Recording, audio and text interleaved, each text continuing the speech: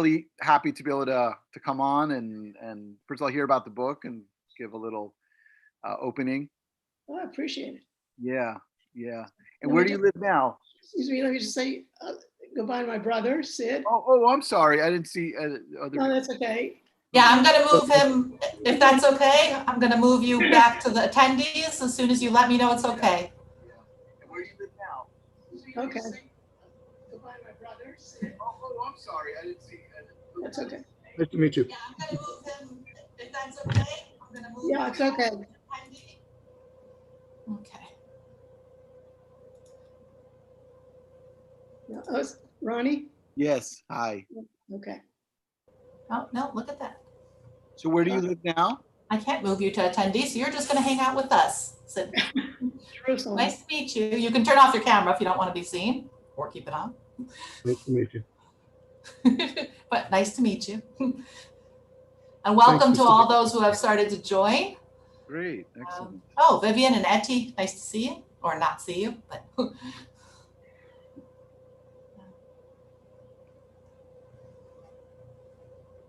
Oh, you guys can keep talking. I was just saying hi to people. Okay. Um, Yeah, we retired and made Aliyah and been living here for about 3 years now. Very nice. Which part? Part of Israel? By Jerusalem. Very nice. How are things? I guess for you and Drora. How is it? How is the Sorry? lockdown situation? Is it? I can't get a clear understanding of what it looks like for people.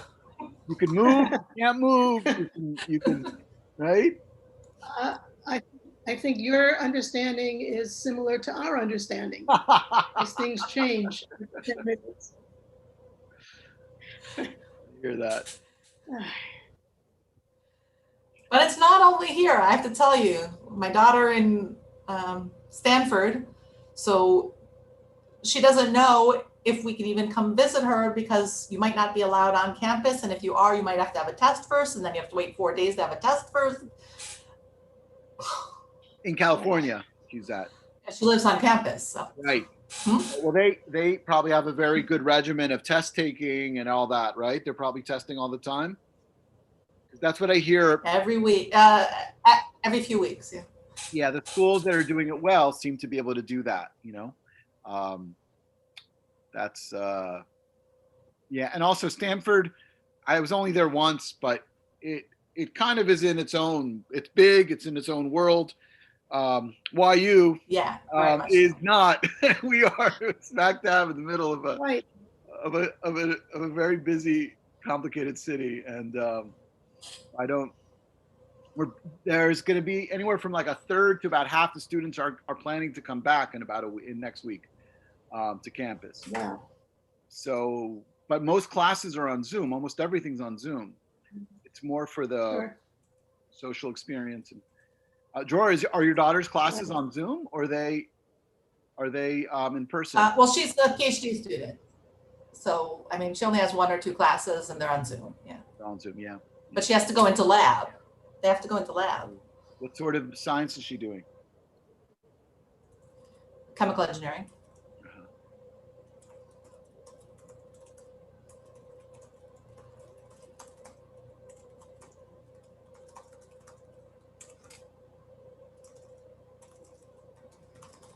So, but every day it's something different. So. Reeva, and this book has been long in development, or is it something from since your retirement? I started it about 10 years ago, 10, 15 years ago, after a conversation with a colleague about the March of the Living. She takes America. I don't know where that's coming from. Or so I just, it'll add to the drama, I guess. Yeah. So she takes American kids and said that there were 3 reactions by American students. Children of survivors immediately connected, looked for names, and felt, as I say, a connection. Second group, children of Americans whose families came before the war, less of a connection. Yeah. And I identify with that because my parents came before World War II. My father fought in World War II.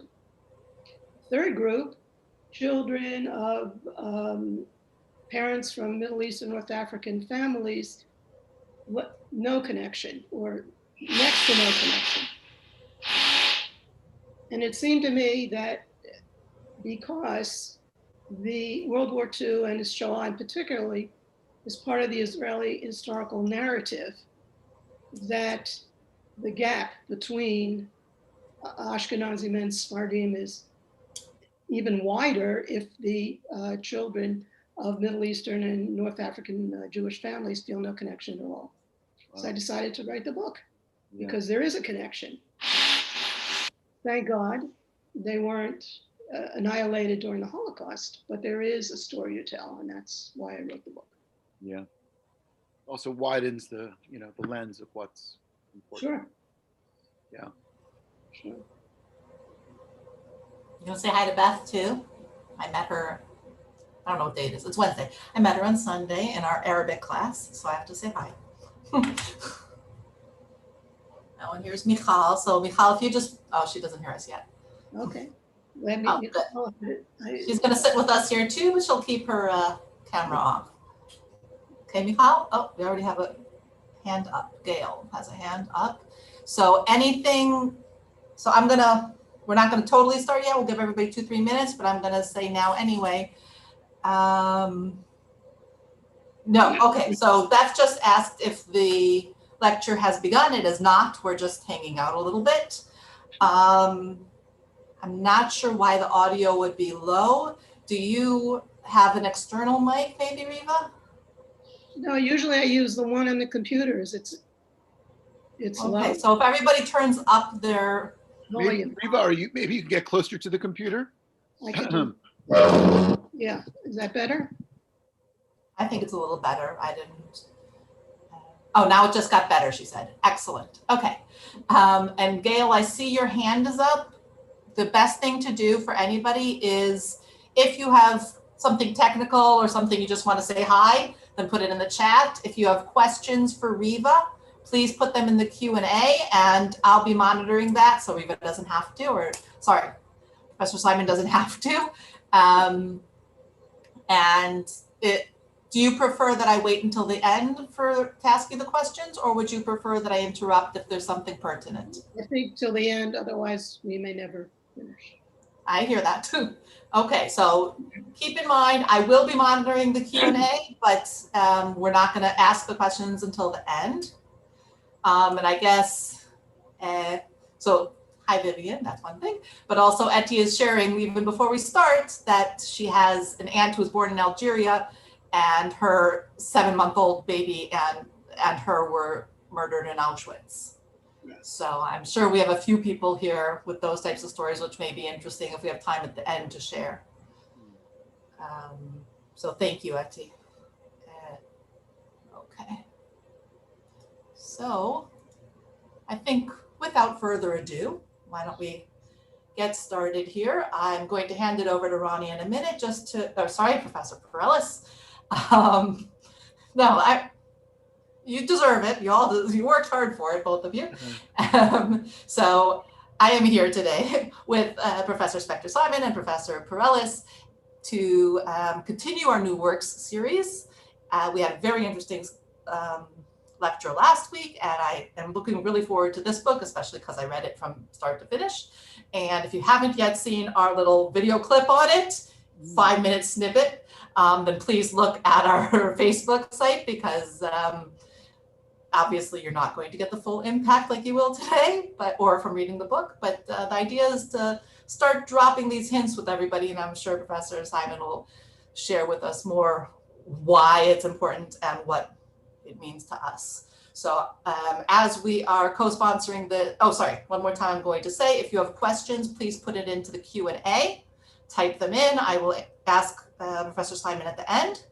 And we are co-sponsoring this series together with YU, and Professor Perellis will now introduce Professor Simon. So thank you.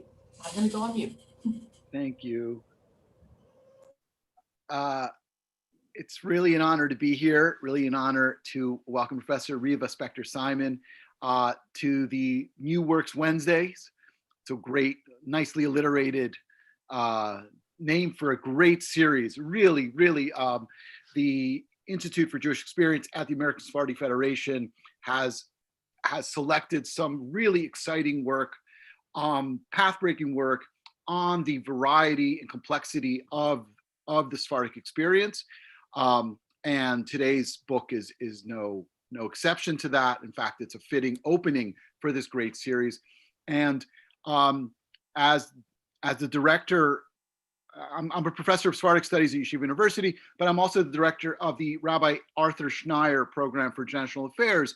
And our co-sponsorship is part of the Diasporas Project at the Schneier Program, which really wants to tell a global story about culture and about history and about identity. And the Sephardic experience historically is so rich and diverse, and is really, if there's no other way to understand it than as a global story, a story of networks, a story of movements, a story of connections. And this book, Professor Simon's new book, The Jews of the Middle East and North Africa, The Impact of World War II, opens up a window on a chapter of Sephardic history and of modern Jewish history and of Middle Eastern history, which is often overlooked and overshadowed by other events and other issues. But it's an important story. We're going to hear a lot about it today. I don't want to take any more time away from Professor Spector Simon. Just to introduce her formally, she served as the Associate Director of the Middle East Institute at Columbia University, and I'm very proud to say, was a professor of history at Yeshiva University. We overlapped for a very short amount of time, but in my modern Jewish history survey, I have used her articles, and it's a real honor to have her here today. She's the author of Iraq Between the Two World Wars and co-editor of The Jews of the Middle East, North Africa in Modern Times. And without any further ado, Professor Spector Simon, thank you. Hello from Jerusalem. Thank you, Drora and Dahlia of the Institute of Jewish Experience, the American Sephardi Federation, and to you, Ronnie Perales of Yeshiva University, for giving me the opportunity to speak about the impact of World War II on the Jews of the Middle East and North Africa. Thank you also, Michal Ben Yaakov and Ezra Ashkenazi of the Diarna Project for helping me with slides. Today, I want to present a general survey. Did you know that Egyptian Jews boycotted the sale of German products during the 1930s? No. Mein Kampf was serialized in Arabic newspapers. Cities in the Middle East and North Africa, including Tel Aviv and Haifa, were bombed. 180 Iraqi Jews died in an attack on the Baghdad Jewish community in 1941. Algerian Jews helped the Allies in the invasion of North Africa. Jews in Turkey, Syria, Iran, and Morocco helped European refugees. Most people don't know these facts, or even that the war affected the Jews of the Middle East and North Africa. That is why I decided to write about the impact of World War II on these communities, even though it is clear that the Holocaust resulted in the slaughter of European, not Middle Eastern Jews. But while it is true that the Jews of the Middle East and North Africa were not annihilated, don't forget, however, that Jewish communities in the Balkans, Greece, and Rhodes were wiped out. There is a story to tell about Jews of the region, Jews who lived in countries from Morocco to Iran. They participated in the war, and World War II had an impact on their lives. So how did the war affect the Jews? There were bombings and invasions, anti-Semitic regulations, forced labor and deportations, attacks on Jewish communities, and impoverishment of communities. Yet, despite it all, local Jews worked with the Allies and provided assistance to refugees from Nazi Europe. First, let's look at some background. From the 7th through the end of the 19th century, Jews in the Middle East and North Africa were under Muslim rule. Muslims established a dominant subordinate relationship between Muslims and non-Muslims. The situation began as an expedient measure by a Muslim minority that conquered the region to rule a non-Muslim, mainly Christian and Jewish majority. But gradually, the arrangement became part of Islam and is commonly known as the Pact of Omar.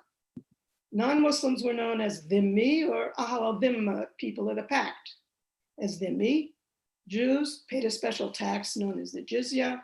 They weren't allowed to build new synagogues or practice Judaism publicly. They did degrading or dirty work that Muslims would not do, such as leather tanning, dyeing cloth, or working with money. Muslims weren't allowed to charge interest. They wore special clothes or different colors than Muslims wore so that they could be identified as Jews, and Jews could not join the military. But the community as a community was protected by the ruler. The Jewish community had autonomy and authority in matters of religion and personal status, such as marriage and divorce. Despite religious struggles and fights within the Islamic world, there was freedom of travel throughout, so that we find Jewish communities from Morocco to Central Asia. During the 19th century, the relationship between Jews and Muslims began to change. The Ottoman Empire and some regimes in North Africa enacted reforms granting Jews citizenship at a time when Europeans occupied and colonized more and more of the region. Given new opportunities, Jews studied European languages, engaged in trade with European companies, and later filled jobs in the new colonial administrations. Their move to the middle class was facilitated by the creation of a network of Jewish schools by the Alliance Israélite Universelle, headquartered in Paris, that taught French curriculum, modern skills, and even provided a path to university studies in Europe. Western educated Jews became more Westernized. Some had British, French, or Italian passports. Many moved out of the old Jewish quarters of Middle Eastern cities to the new suburbs that were being built. Jews from the countryside, attracted by jobs and economic opportunities, moved to the cities. Nevertheless, most Jews were poor. Many remained in the old Jewish quarters. Jews often remained traditional in religious observance. Then in 1914, World War I began, and after the war, the situation of Jews in the region changed again. The stage for World War II was set. At first, the political map of the region changed after World War I. And I apologize that Iran is under the key over here. It's the best I could do with the map right now. The political map of the region changed after World War I. New states were created from defeated empires, and most of the region came under direct or indirect rule of the European powers. The French occupied Syria, Lebanon, Tunisia, and parts of Morocco. They had already made Algeria part of France. Italy occupied Libya. The British occupied and ruled Egypt, Iraq, Transjordan, and the Palestine Mandate indirectly. In the 1930s, control of Palestine became a political issue, especially during the Arab revolt in Palestine, when Arabs fought the British and the Jews. Now, instead of empires, the Middle East and North Africa was made up of countries that were either independent or European colonies, but each had its own defined borders, its own distinct political orientation, its own economic policy, and its own foreign policy. The one policy they all had in common was to get the colonial powers out of their countries. That meant get the British, the French, and the Italians to leave the Middle East and North Africa. For Jews, the change in their status initially led to optimism. From Morocco to Iran, secular educated Jews who came of age in the 1920s identified culturally as Western, religiously Jewish, and nationally as citizens of the state where they lived. Algerian Jews were the exception because they were granted French citizenship in 1870. Muslims weren't granted French citizenship. The post-World War I new states were supposed to adhere to a League of Nations standards of human rights that meant citizenship and equality. Despite the changes and League of Nations guidelines, that really didn't happen. Jews could be citizens, but in truth, Jews had become a minority of individuals that didn't have guaranteed protection by the government that the community as a whole had before. Sure, there were designated Jewish seats in some parliaments, but generally, if Jews participated in politics at all, they were active behind the scenes. They contributed financially to political parties or wrote for newspapers, often under different names. Most people kept a low profile and were apolitical. They were loyal to the regime in power.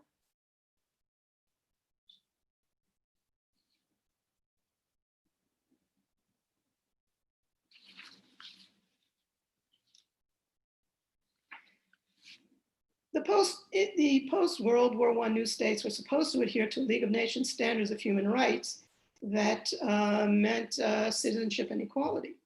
Despite the changes and League of Nations guidelines, that really didn't happen. Jews could be citizens, but in truth, Jews had become a minority of individuals that didn't have the guaranteed protection by the government that the community as a whole had before.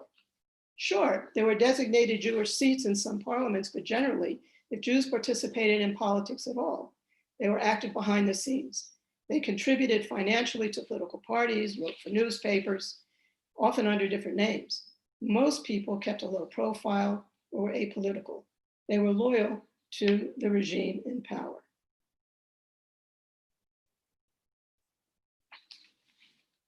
And during the 1930s, the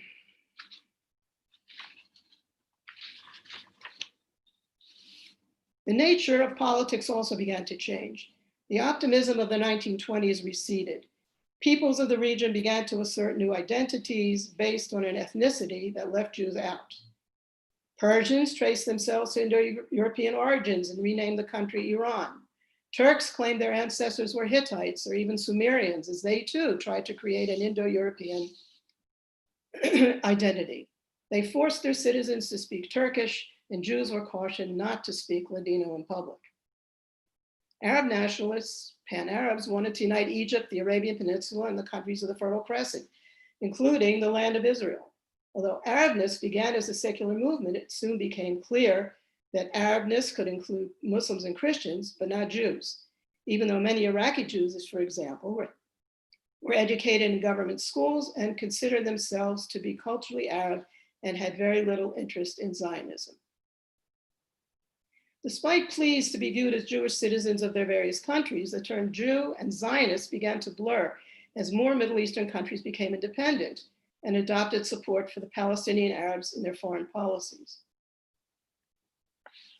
At the same time, French anti-Semitic political parties penetrated North Africa, especially in Algeria, which was politically part of mainland France. As European settlers, the French encouraged to settle there, opposed the 1870 Crémieux Decree that granted Jews French citizenship, and viewed Captain Alfred Dreyfus, who was accused of passing military secrets to Germany, as the symbol of the treacherous Jew. Throughout the 1930s, Jews, especially in Algeria, found themselves caught between the French settler community that didn't consider Jews really French, and the Muslims who identified Jews as their colonial overlords.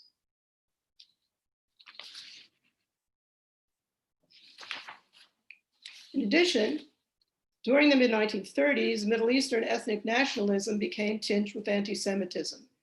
European anti-Semitic literature appeared in the Middle East where there are already residues of Western-style Christian anti-Semitism, as in the Damascus Blood Libel of 1840. The Protocols of the Elders of Zion was translated into Arabic by a Lebanese Christian priest in 1925. Mein Kampf was serialized in Arabic newspapers in Iraq and North Africa. Some even admired Hitler's Mein Kampf as a useful plan of action. The problem was that the Arabs were Semites, and in the Nazi racial hierarchy, they were located just just a rung above the Jews. The Nazis had to find a way to reconcile a pragmatic political policy in the Middle East with their own racial ideology.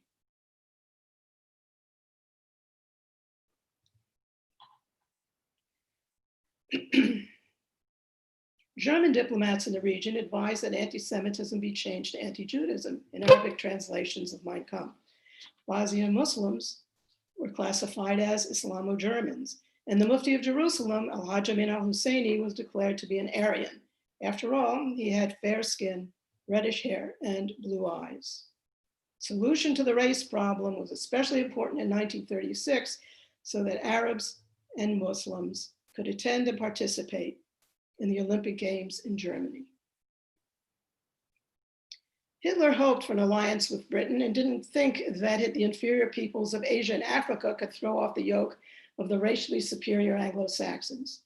Nevertheless, by 1938, there were Nazi party cells that could serve as an effective German fifth column in Lebanon, Iraq, Egypt, Iran, Afghanistan, Tunisia, Turkey, and Palestine.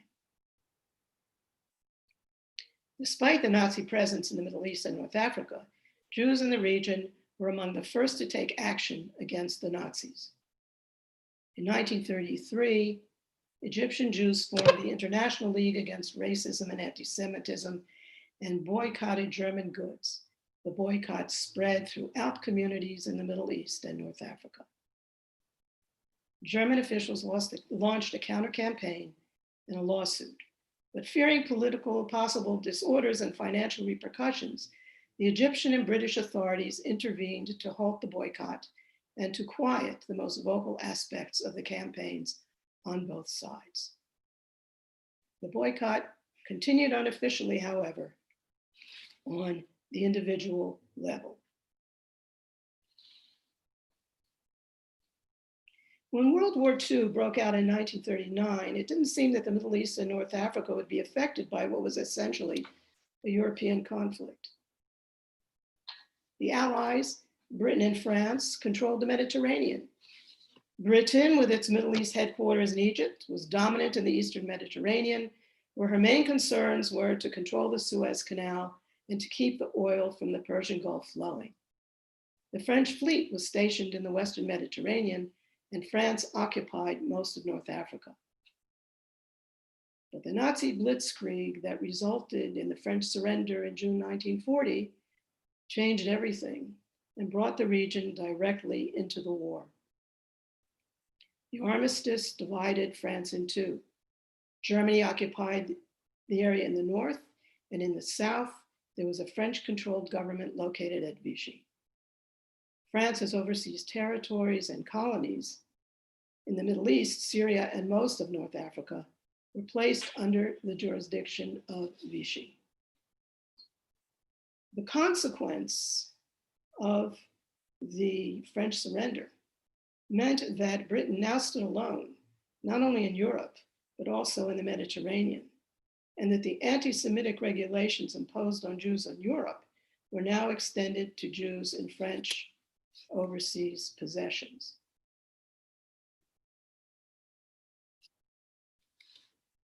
Strategically, Germany and Italy divided the military responsibility for the Middle East and North Africa. Hitler was more concerned with expansion in Europe and left the Middle East to Mussolini. Eager to invade Egypt from his base in Italian-occupied Libya, Mussolini attacked British forces in September 1940, but failed. As the British pushed Italian forces back to Libya, and it was clear that the Italians were no match for the British, Hitler sent General Erwin Rommel and German troops to North Africa, which fought a back and forth war with British forces across Libya that lasted until late 1942. During the spring of 1941, German armies occupied Greece and the Balkans. The German army was at the borders of Egypt. Bombs were falling on Egypt and Palestine, and a pro-Nazi regime was in control of Iraq. In the streets of Syrian cities, there was a popular verse going around. No more monsieur, no more mister. God in heaven, unearth Hitler. By the end of the summer, however, British forces had defeated the Iraqis in a short war and invaded Syria. Russian and British troops occupied Iran.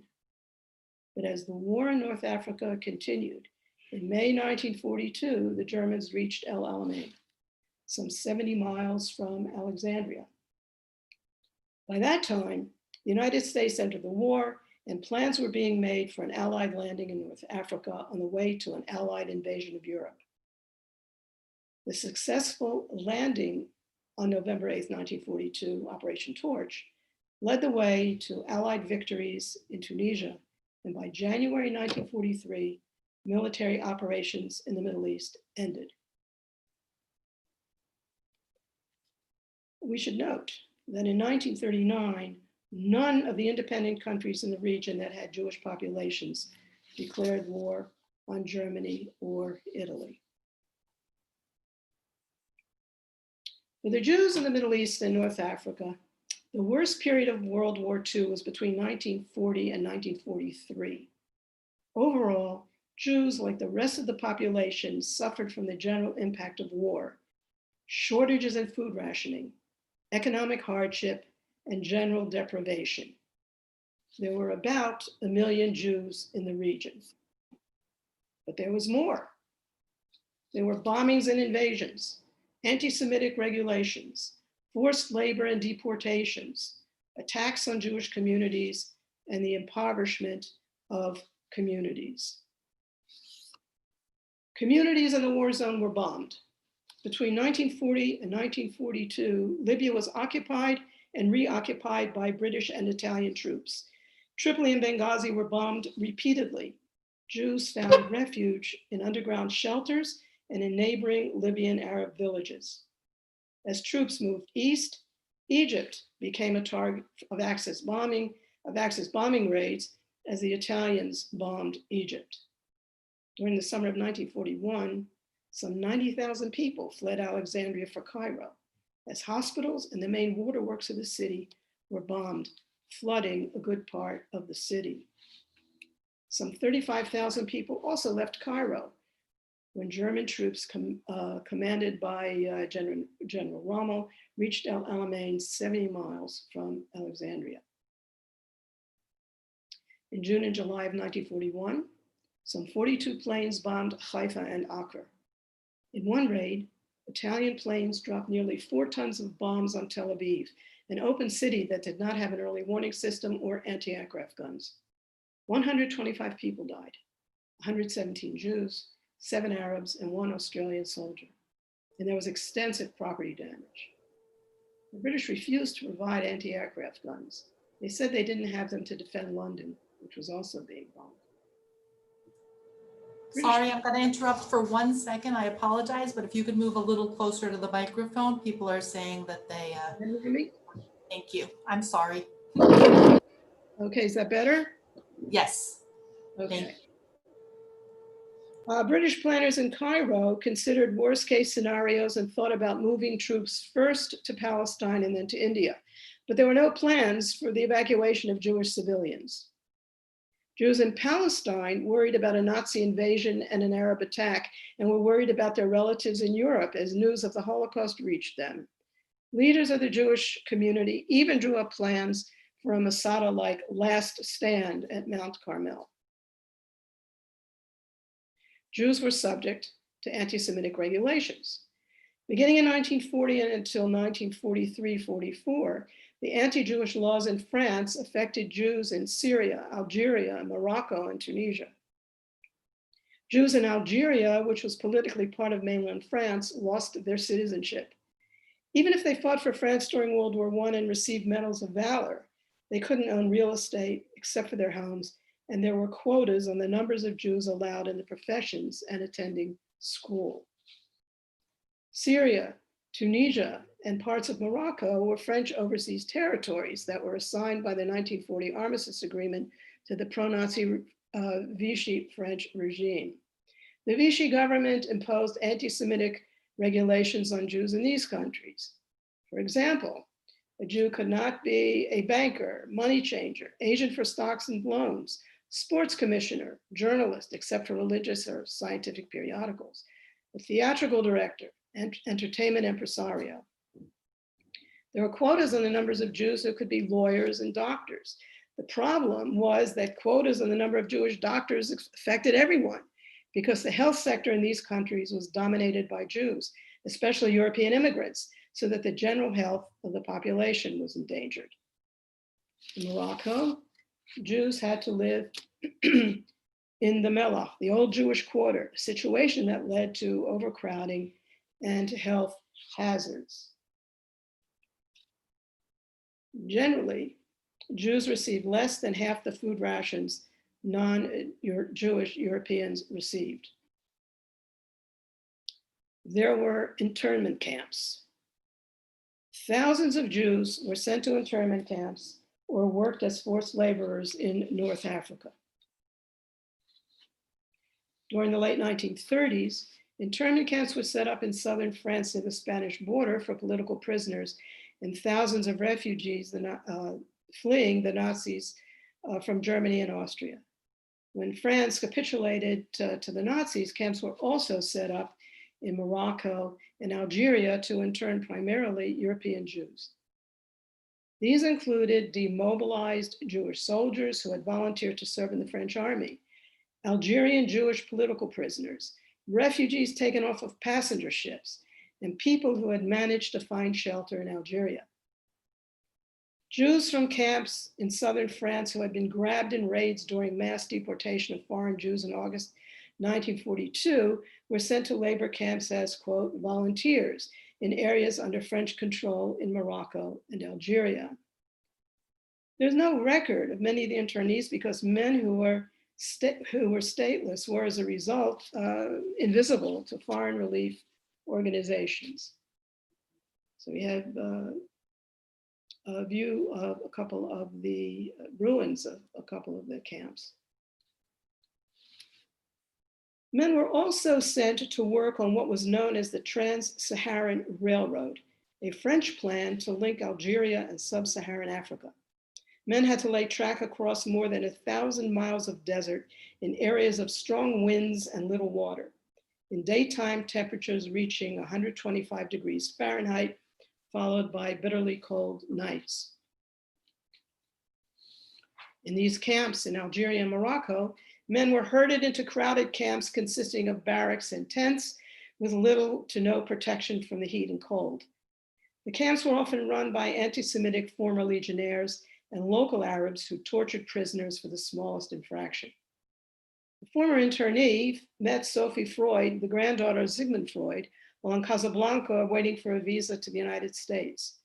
He told her that when he didn't want to report for work on Rosh Hashanah, his punishment was to spend 8 days in a ditch with bread and water and was beaten by Arabs. Similar camps were set up in Tunisia in late 1942 when the Germans assumed control. There, Jewish communities had to recruit local Jews sent to repair coastal roads during air bombardments by both the Axis and the Allied forces. The Germans proposed building extermination camps in Tunisia, but didn't have time to implement their plans. The Italians established internment camps in Libya. The most notorious was the Giado camp near Tripoli, where men, women, and children were sent. Some 562 people died of typhus. Some Jews were also deported to Italy and later to death camps such as Bergen-Belsen. In Turkey, there were labor camps in Eastern Turkey where Jews who were conscripted into the Turkish army were sent. They were not allowed to bear arms or serve with Muslims. Jews were also sent to labor camps if they could not or would not pay the exorbitant wealth tax that the Turkish government imposed on them.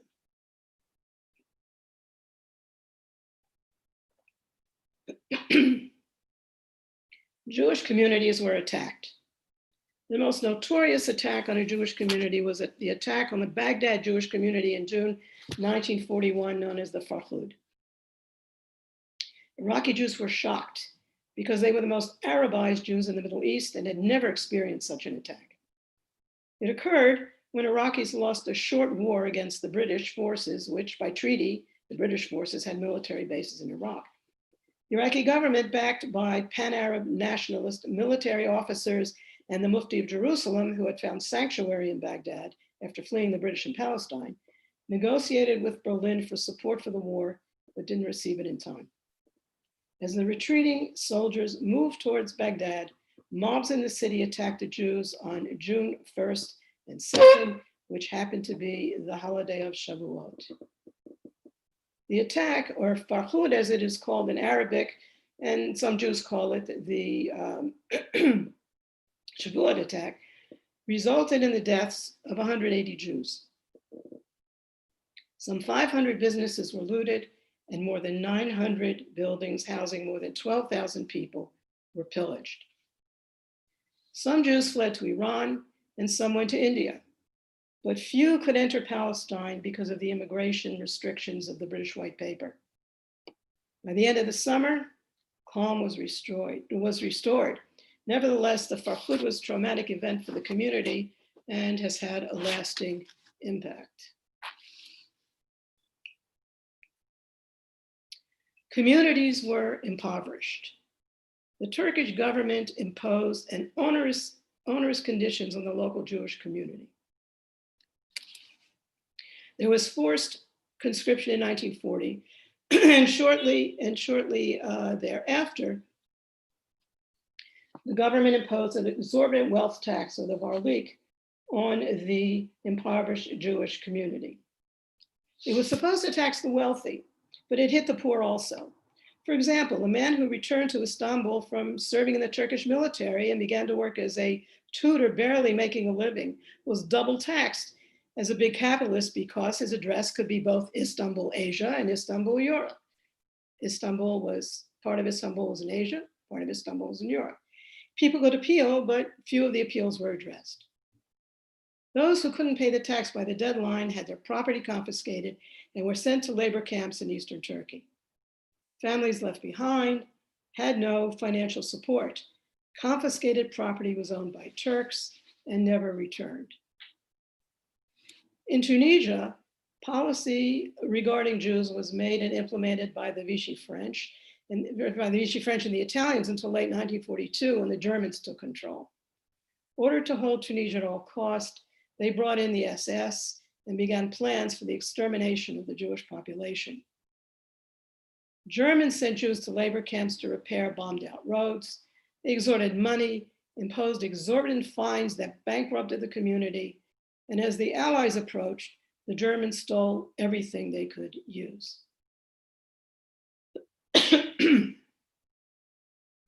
Jews endured the hardships of war. At the same time, local Jews worked with the Allies and assisted Jews fleeing Nazi Europe. Jews in Palestine worked with the British despite British policy restricting Jewish immigration. With British troops stretched thin, almost 20,000 Jews served in the local police force. By the end of the war, some 30,000 Palestinian Jews served in the British Army, even though the British were reluctant to draft Jews into the army. It wasn't until 1944 that the British authorized the formation of a Jewish brigade. The British used Jewish assets for reconnaissance and sabotage in Syria. They used Arabic-speaking Jews from the Middle East and local Syrian Jews who were trained to absorb Arab customs, including singing, dancing, and backgammon, so that they could melt into the local milieu. Spies laid the groundwork for the British invasion of Syria in June 1941, where Moshe Dayan lost his eye. Jews also helped the Allies in Operation Torch. On November 8, 1942, an Anglo-American force commanded by General Dwight David Eisenhower landed in North Africa. Known as Operation Torch, the invasion was the first major step in the Allies' plan to retake Europe from the Nazis. A group of 377 poorly armed Jewish volunteers, Abu Khair, was instrumental in holding strategic points in Algiers until the Americans could enter the city. American control, however, didn't result in the immediate release of Jewish internees in labor camps or the abrogation of the anti-Jewish Vichy regulations. The Allies didn't want problems with the Muslim population. It took more than a year for the cancellation of the Vichy laws in North Africa. So, throughout the war years, local Jewish communities experienced anti-Semitic regulations. They suffered from discrimination, food shortages and rationings, bombings, deprivation, and hardship. But despite dire local conditions, Middle East and North African Jews assisted European Jewish refugees who were escaping Nazi-occupied Europe.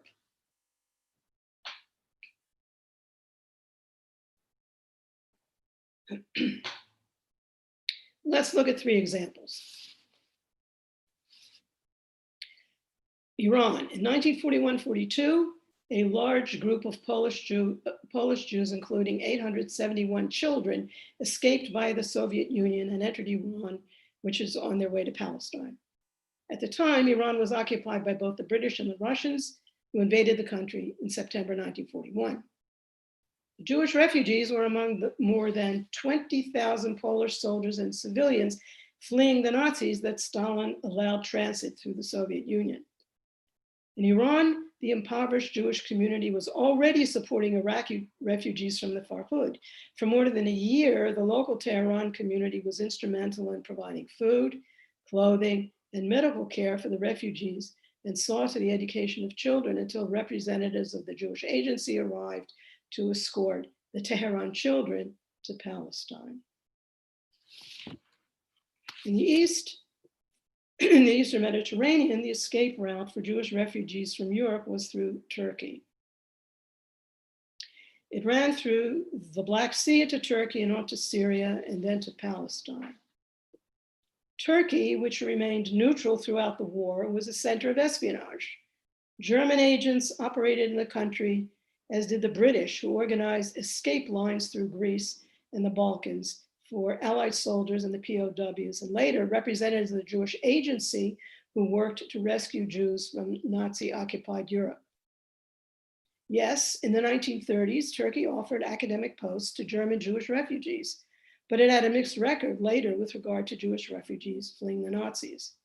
It was an on-again, off-again policy that allowed or refused Jewish refugees to transit through Turkey, and it permitted or declared it illegal for local Turkish Jews and representatives of the Jewish Agency to assist them.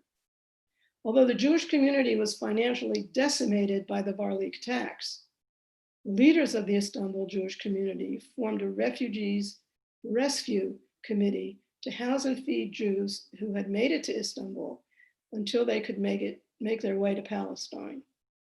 When the refugees reached Syria, Syrian Jews helped smuggle them into Palestine.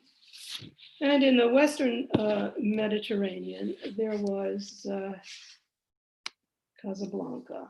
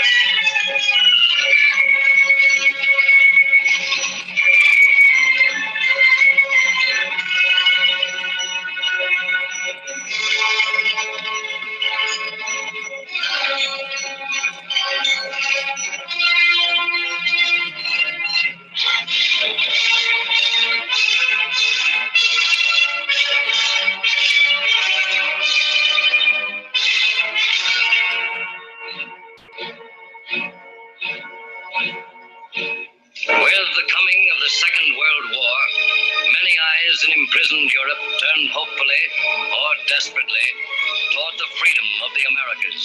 Lisbon became the great embarkation point, but not everybody could get to Lisbon directly, and so a tortuous roundabout refugee trail sprang up. Paris to Marseille,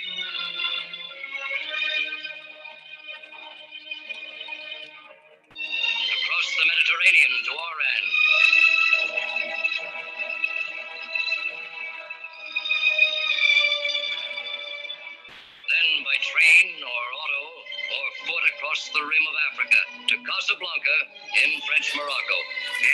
fortunate ones, through money or influence or luck, might obtain exit visas and scurry to Lisbon, and from Lisbon to the New World. But the others wait in Casablanca, and wait, and wait, and wait. In the Western Mediterranean, Casablanca was one of the escape routes from Europe, where tens of thousands of refugees hope to continue on their journey to reach North or South America. In the film Casablanca, the Warner Brothers Studios since the 1930s had taken an anti-Nazi stance, but delayed the opening of the film until after the Allied invasion in November 1942. Refugees are central to the story, but we should note that Jews aren't mentioned at all. And in fact, the heroes aren't Jewish. They're only hinted at, even though most of the supporting actors were, in fact, refugees from Nazi Europe. Nevertheless, the average American moviegoer became aware of the importance of exit visas. The real story is as follows. When France fell, numbers of refugees in Morocco increased dramatically. The heroine in Morocco was a young Jewish attorney, Belen Kazes Benatar.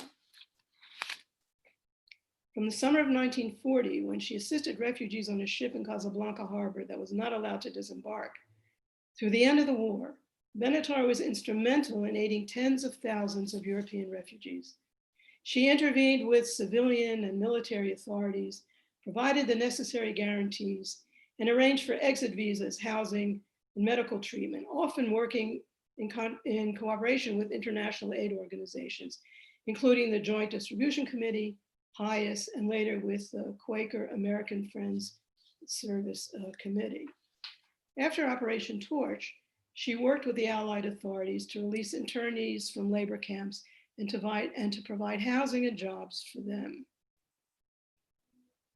By the end of 1943, the Allies had moved on to fight the Axis in Italy.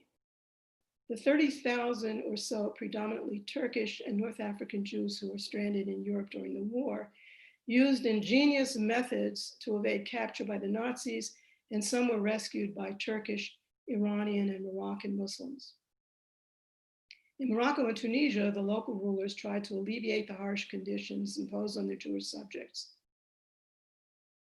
Jewish soldiers in the British Army helped Jews in local communities and reconnected with Jews from the Middle East and North Africa.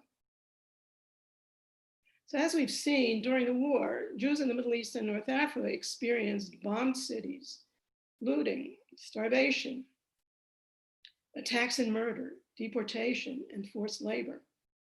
Throughout, wherever and whenever they could, local Jews assisted the Allied war effort and helped refugees from Nazi-occupied Europe. In 1945, Arab mobs attacked Jewish communities in Egypt, Libya, and Syria. Later, when American Jewish aid agencies and the Jewish Agency turned their attention to the forgotten million, they found impoverished communities facing an uncertain political future. I hope that this short survey has been helpful in providing additional lens through which to view the events of World War II. One where we see that Jews from Morocco to Iran were also part of the World War II story. Thank you.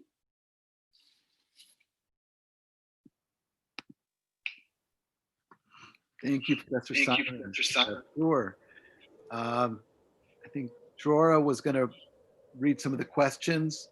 Actually, I think there are more statements. So if you don't mind, I'm going to open up. I'm going to start with Nicole and Carolyn. I'm going to allow you to open your microphone so that you can share. And then I'm going to open everybody else. Feel free to open your microphone and or camera as you want. I'm going to start with Nicole. So you are now able to speak. I need to find Carolyn first. Nicole, if you want to open your microphone and or camera. Okay. I am on? Yes, we hear you. Okay. It was just a little points that in 1870, they all the Jews, except the Jews from the very south, were obliged to become French. They did not have a choice. And then the Muslims were allowed to be French, but individually, not as a group. And in 1865, it was the same for both Muslims and Jews. And in 1870, it was all the Jews and not the Muslims as a group. And that was under the influence of the Consistoire de Paris also. So that was just one little point. And I forgot my other points. Oh, I can look it up if you want. Yeah.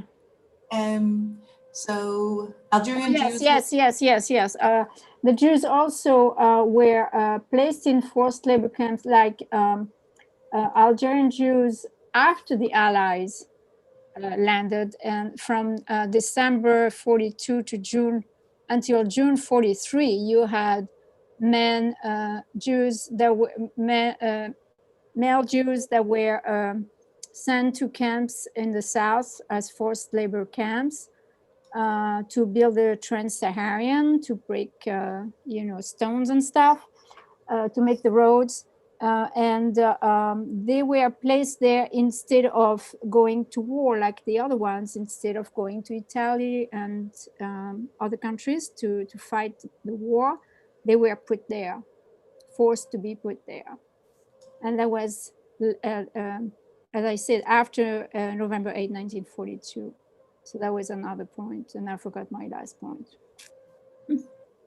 Okay, it's just little points that I just wanted to make. So I don't know if you want to, I don't know how to say that in English now. Thank you. Thank you for the comment. Okay. Okay. Carolyn. Yeah, I wanted to share something more personal about the North African experience. We're Jewish. My uncle was Jewish. He was in the U.S. Air Force.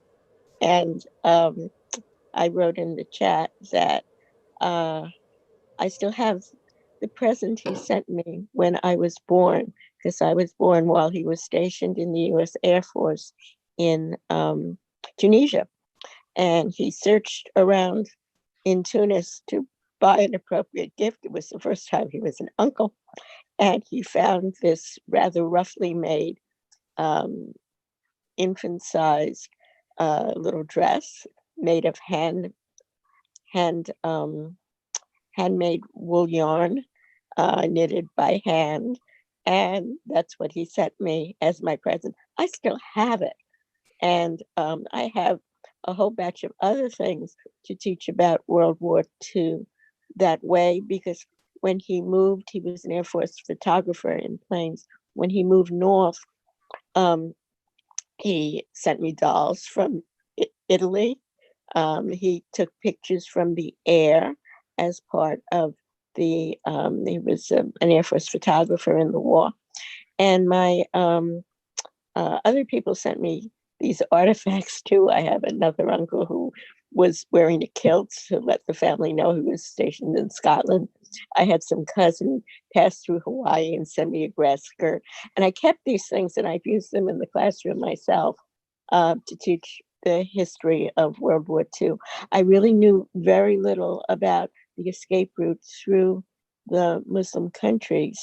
I heard a lot about going through China. I heard a lot about a little bit about going through India.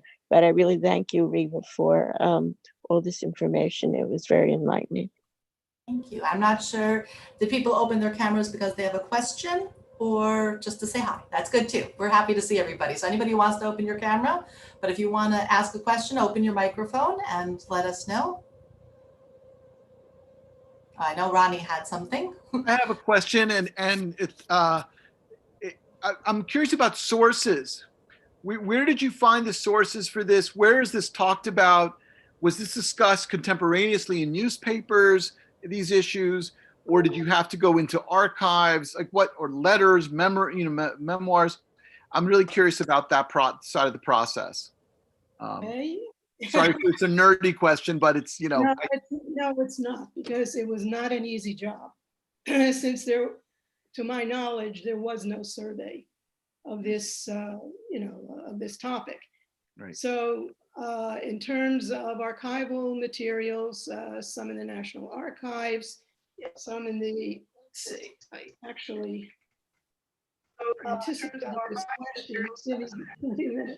Give me just a second. American Joint Distribution Committee Archives, British National Archives, Central Zionist Archives, Central Archives for the History of the Jewish People, the Bensby Institute, US Archive, and there were, it was very difficult to put it together. Newspaper accounts, memoirs, novels. I used many different kinds of sources because, to my knowledge, there was no study like this. Novels, I used many different kinds of sources because, to my knowledge, there was no. Some reader there, I'm not sure why. Someone I think should mute. Someone's not muted. There's a lot of background noise. Somebody has two things on, yeah. Reeva, question, just to follow up on that. And did you have an opportunity to interview people? Was that part of your process, like personal stories?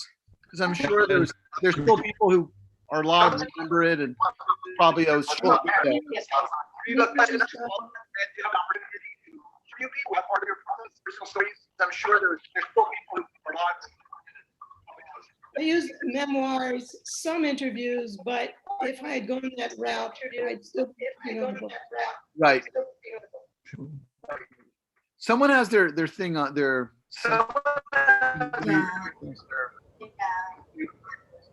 Gerard, there's a question. I'm working on it. I think I got it. Hi. Wait, can I speak? Please. Okay, I'm from Egypt, but the stories I'm going to relate to you, I was born at the after World War II, but from the Jewish community in Egypt, a lot of them used to clandestinely receive boats in small little bays outside of Alexandria, and Jewish refugees, especially from Austria and Germany, would land. Sorry, one moment, Vivian, one moment. Mr. Abrahami, you have multiple devices on, and so we're hearing the echo. You have multiple devices. So you can mute the one that you're not, or both, please. Okay, so I'm sorry, because I would have also a question too. You have more than one device on, so if you could mute it and let Vivian speak, please. Okay, so the Jewish community, both Ashkenazi and Sephardic, I'm actually from Ashkenazi origin, and I used to quickly take the women in particular and marry them off to any local Jewish people in Alexandria, and we became friends with several of them. And I don't know if you were aware of this. Yeah, also with soldiers coming from Palestine, married local women and then took them back to what was then Palestine. Yeah, some of this is in the chapter in the book on Egypt. I couldn't talk about everything. Okay, I'll get the book. Thank you very much. It was I very highly recommend it, I have to tell you. Okay. Reeva, I have a question. Who controlled Syria during the war? And what happened if it was Vichy? What happened when Vichy fell? That's a very interesting question. Syria was controlled when in 1941 with the invasion into Syria, the Allies took over. Syria still had a lot of espionage and agents in Syria, but basically it was under Allied control. British troops were there, and some Free French. Thank you. Here, I'm asking you to unmute, Mr. Abrahami, but then you have to come off the second one, otherwise we hear an echo. Now, Can you hear me? we hear you. All right, okay. It's not exactly about that to ask. I just wanted to make one or two statements to underline the complexity of between the Jews in South Africa and the French French authorities, I mean, not only on the French authority, but I mean, in the whole of the Arab world, from North Africa and the Middle East. What should be said, maybe to underline this complexity, is that most of the communist parties in all the regions, except for maybe except for Libya, most of the communist parties had been founded by Jews. And later on, when the war of independence, or when all the Arab peoples in the region began to demand their independence, many Jews did join, or at least help some, one way or the other, helped the Arabs asking for the independence, mostly in Algeria, where I come from. And I can tell you that the dilemma of the Jews in Algeria was, we are French, but we are also Jewish. Which way should we go? The French way or the Arab way? And many of the Jews, I was of course very young at this time, I can tell you that many Jews, or quite a few Jews, not many, but did join physically the guerrilla, or the Fedayin, or the Felaga, as we used to call them, against France.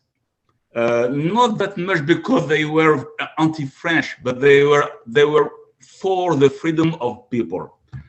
And this is to underline, among other things, the complexity of the relationship between the Jewish communities in the Muslim world at large, in fact, not only in the Arab world, and the powers in place. That's what I wanted to say. Oh, absolutely, and that that's after the war, and with independence movement, that becomes even more significant. Also, if you allow me one more. I muted you again one moment, sorry, because you have two devices on. Yes, I have a question. Okay. Hi, Yes. My name is Ellen Hernandez. Thank you very much for this talk, Reeva. And I purchased the book, so that's on its way to me. And I just wonder if, and I'm sorry, I was on another call, so I came in a few minutes into the lecture, and maybe you already addressed this, but I'm aware of the diaspora of Moroccan Jews to Israel after World War II, after Israel was formed. And one of the issues that what they left behind were their cemeteries, right? And that there are Moroccan Muslims whose job it is to care for those cemeteries and keep them up.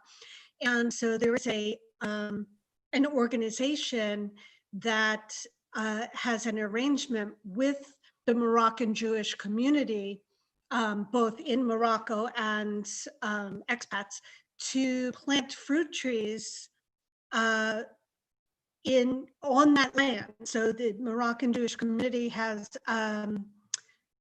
donated this land for planting of fruit trees. And I was just wondering if you already spoke about, or if there's anything in the book about the diaspora from Morocco to Israel, because there were maybe some 200,000 Jews there, and now there are only about 2,200. Sorry, can I just, I'll just say something, is that our next lecture actually next week is about Morocco and the Sultan, but she definitely has post-World War II. Yes, that's what I was trying to get to. Thank you. So let's have Ms. Heller, please, and then we'll let Professor Simon get on with her stuff, but thank you. Thank you very much. Reeva, this is absolutely fascinating, and it's an area, particularly the war years, about which I did not know so much. I would just like to comment on Mr. Shalmi Eli's comment about being from Algeria. My brother-in-law was born in Oran, And his father was a doctor, a Kabbalist, a poet. And I'm just, my brother-in-law went to Israel, eventually met my sister there, came back to London to live. But I just wanted to comment on, which obviously you all know much more about than I, the richness of Jewish life in the various parts of North Africa and presumably in the Middle East too, various. So much so that despite everything that you've been describing, I know my brother-in-law's family were very reluctant to leave. They finally were forced to leave because of the Algerian War and the ravages of that on the Jewish community. So I'm curious about that particular point. But one question that I have, and it's a big one, is whether you could describe how these escape routes functioned, who was involved, how organized were they? I know this is a huge question. Maybe you can choose one particular area, one particular country. In France, for instance, which I read quite a bit about, often these were done, these things, the resistance, the people who worked politically and to help people escape were women because of the men being in the war or already being prisoners. So I'm curious about if you could describe a particular structure of escape routes, to what extent they were compromised, whether people were found out and punished and so on, and whether women in particular were involved, if that's not too much to ask. I don't know much about that. All I can say is that there's a lot of literature on escape routes from Romania via the Black Sea, Turkey, then to Palestine. I described 3 escape routes, one through the Soviet Union to Iran. A lot of those Jews went to Shanghai and not to Iran. And then you had if they could get to neutral countries off the Mediterranean, they made their way to North Africa. It depended on the situation of the war at any, particularly given time and so on. I don't think there's one, answer for how and where people manage to escape Europe. So thank you again. Even though I have read the book, I still appreciated very much listening again. So thank you, and I constantly learn some new things. I hope everyone did as well. Thank you all for participating. I hope to see you at some of our next events coming up. And if you have any questions, please reach out to me. Somebody else can speak. But anyway, everybody have a good rest of your day or good evening, depending on where you are in the world. And we hope to see you at some of our future events. Thank you again, Professor Spector Simon and Professor Perellis. Thank you. You. Bye. Bye, everybody. Bye. Thank you. Thank you very much. Thank you, Dora. Thank you, Reeva. Welcome. Right, we'll meet again. I hope so.